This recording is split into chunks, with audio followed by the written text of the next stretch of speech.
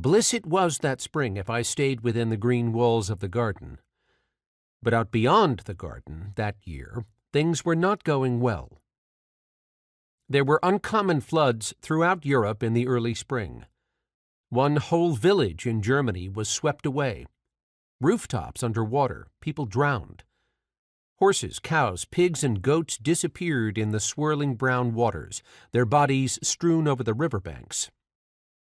Here, in North America, there were major prolonged droughts in the Midwest, followed by firestorms, floods, and mudslides. The COVID pandemic was lurking in the shadows. People were dying. In the United States, there were periodic massacres of children. The concept of democracy was threatened, and all around the world repressive governments were dismantling environmental laws. Refugees were everywhere, fleeing the floods and the droughts and the governments that were intent on killing people of different religions or skin color or political persuasions. There were record heat waves in China, Europe, and the North American West. And in Pakistan, 30 million people were uprooted by a mega monsoon that flooded 1/3 of the country. It seemed as if the very earth was either burning or drowning. Even here in New England, which was said to be one of the least affected regions of North America, the 3 rivers near my garden flooded their banks in the early spring. This was nothing compared to the deluges out west, but the rising waters spread over lawns, filling cellars and ruining garden plots and newly planted fields. The first heavy rains had come in with high winds and lightning strikes, knocking down trees, smashing houses and garages.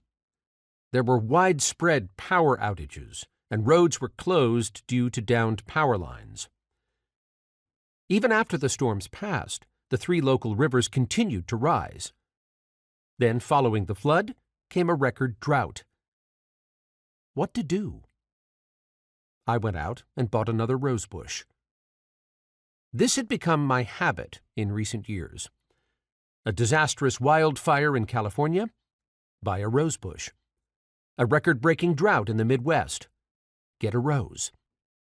Devastating climate-related floods in Bangladesh? More roses. Record-breaking heat waves worldwide? Plant more roses. There were so many climate disasters in 2022 that I began to run out of space and had to dig out new garden beds. And it was in this manner that the garden began to expand, in spite of the fact that I barely had time to take care of the already established grounds, which by that time were more than 30 years old and covered nearly 1.5 acres, a world of ornamental trees and shrubs that required constant attention in the growing season.